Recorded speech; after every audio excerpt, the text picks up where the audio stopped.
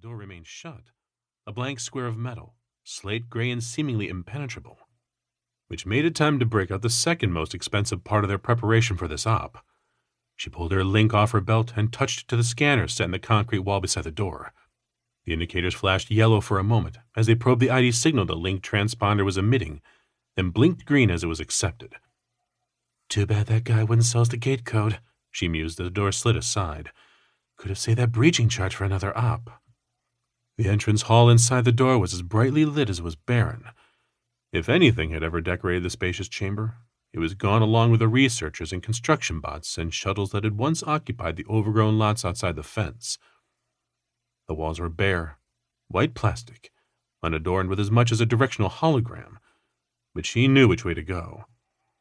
There was a corridor leading straight, and she knew that would lead to the administrative offices. A pair of elevators flanked the hallway, both leading down, and both ID-coded and far too vulnerable to consider taking them. The door she wanted was on the far right, shy and retiring and hiding in the shadows of the corner. It opened to the code on her link and revealed a dimly lit stairwell, the emergency exit for the lower levels, the ones dug into the bedrock before the buildings had gone up, the ones that were this facility's raison d'etre. She glanced back and saw that the others were only a few meters behind her, and she felt her gut clench. This was the time when they were most vulnerable. If there were any traps left from when this place was active, a sonic stunner, an electrostatic field, anything that could be triggered remotely, they were toast. They'd wake up in a patrol service cell. But there was nothing, just an empty stairwell, no sound but the staccato drumbeat of their boots on the metal steps, no electrical field other than her own nerves sending chills up and down her spine. Why couldn't I have been an officer? She wondered, strained to see through the shadows in the twisting stairwell. Then I could lead from the rear instead of walking point every damn time. The stairs twisted around, one floor after another, and she thought for a brief, panicked moment that she'd lost count. But no, this was the 6th sub-basement, the storage center where the former guard had insisted they keep the artifact. This was also where he'd said they were most likely to meet opposition. It would have been nice to be able to deploy some insect drones to fly ahead of them and let them know if the way was clear, but that had been the final warning the ex-corporate council employee had given them.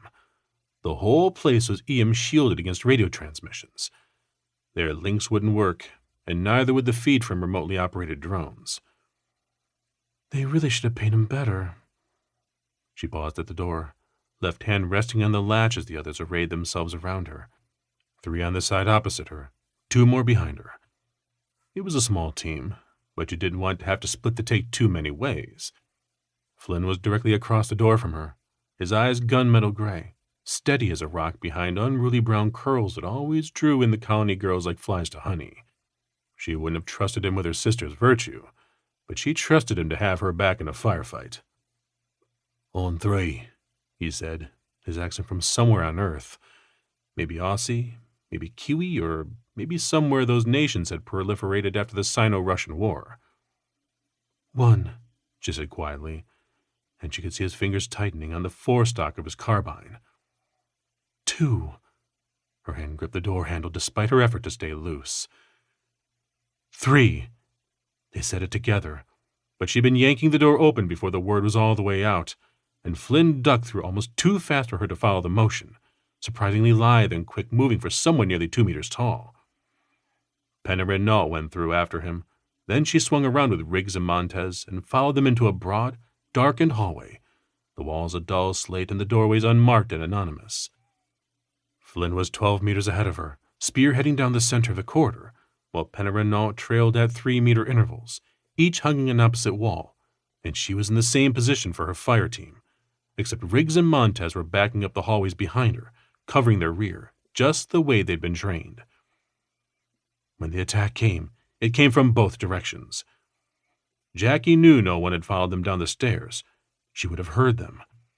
No, they'd ridden the elevators down, got off on the next floor down, and come up. Smart, particularly for a security guard. The others had probably been down here already, pulling security on the storage bin because it was the only place with anything to steal. Contact front! And contact rear! Rang in her ears simultaneously,